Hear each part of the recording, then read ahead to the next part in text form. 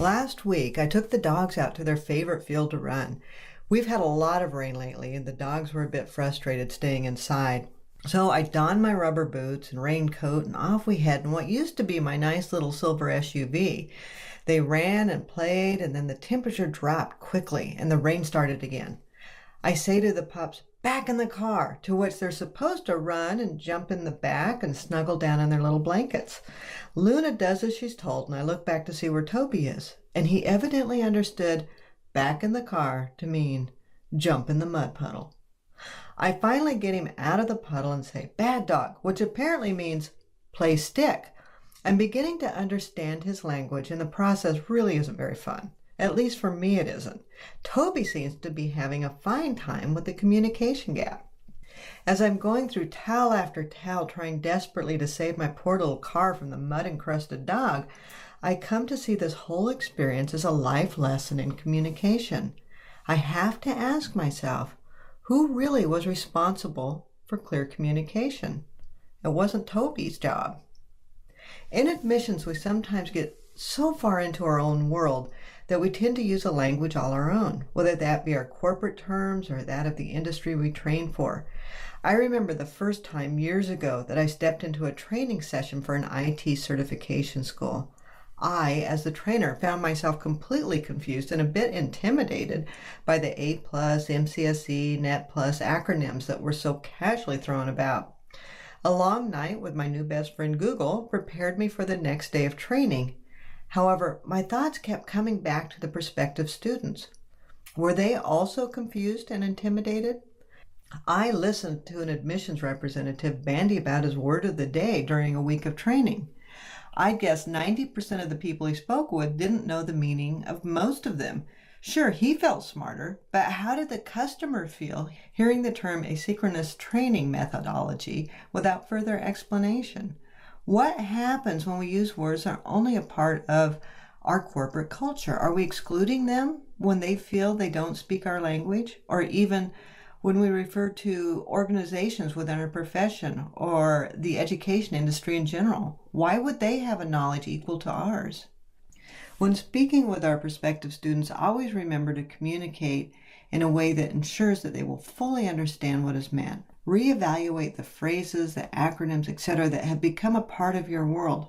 If anything is at all confusing to someone not a part of the industry you teach, the education world, or your corporate culture, either change the words or explain them. Let's look at a few examples. First, and the most used, as if everyone in the world knows what it is FAFSA. I often observe admissions representatives tell students that they'll send them a link to a FAFSA, or that the financial aid officer will help them with their FAFSA. Now, if I'd never applied for college before, or maybe in a different life just didn't need the help, so paid my own way through college, and yes, that does happen, I wouldn't have a clue what you're talking about. But since you're saying FAFSA in such a way that I assume I should know what it is, I don't ask. I don't want to look stupid. I'm already nervous about contacting you. This intimidates me, so I'm apprehensive about showing up for an appointment, and then I'll have to talk to someone about FAFSA, and they will surely see the blank look on my face. To make this more real, I just met with a prospective new primary care physician. Now, as we were talking about her philosophy, she mentioned TBM, as if I knew what that was. I didn't. As confident as I am, and keep in mind I'm interviewing her as a possible medical advisor, I didn't ask what it was. I felt ignorant. She mentioned TBM several times in such a way as to infer that I should know what it was. Now, in story, I finally asked, but the experience made me realize that if I felt so inadequate, what must someone seeking educational opportunities and all the intimidation that accompanies such a search feel? A better way for her to have approached this would have been something like, I use a technique called total body modification that is found to be very successful. Let me tell you how it works. Now, the same can be said for explaining the FAFSA or anything else that isn't patently clear to everyone. Just say something like, I'll send you a link to a government form that will help us determine what you qualify for in financial assistance. It's called a FAFSA, or a free application for financial student aid. Would you be interested in finding out if you qualify for financial help?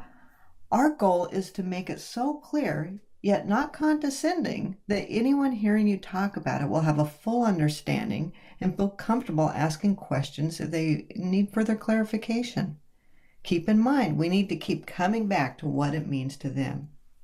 Another thought, and I've heard this and probably even said this myself multiple times, when we try to change our words, we end up simply asking, do you know what a FAFSA is? Saying this, though better than assuming that they already know what it is, still requires them to answer with a negative, which can possibly make them feel intimidated or less than. They are in school and they don't know the answer. That's been a bad thing for the last decade of their lives, so don't do that. Another example might be using the phrase fully accredited by ACICS. Really, what does that mean? If this is my first attempt at post-secondary college, I might not know what accredited means, or I may think it means something entirely different than what it is. I've had people tell me that they think accredited means they can transfer all of their credits, and that certainly isn't what we want people to walk away with. And what is ACIS? Explain it and what being accredited by this particular organization really means. Don't expect them to know, and certainly don't leave something open to interpretation that could get your organization in trouble. Not only are you tasked with communicating clearly, you also must make sure that the receiver understands your meaning, as in Toby misinterpreting my words. In other words, if you explain something that technically is correct but can be misinterpreted easily, you need to rephrase it as the responsibility of their understanding is yours. Here's an exercise that will help you to open your eyes to those areas that need to be re-examined. Go through your presentation with an outsider, someone that is not a part of your college or even a part of your world, and have them help you to identify the areas, the words, and the phrases of your presentation or your conversations that they feel in the least bit unsure of what it means. Then figure out how to adjust to make the communication clear. Some areas to be particularly aware of would be maybe a unique teaching style that possibly has a nice acronym attached to it for your internal communication, or industry associations that you partner with, and the connection or power of that connection maybe is not clear to them. Look at your shortened name or titles of courses that have become comfortable terms to use internally and have over time worked into your external conversations.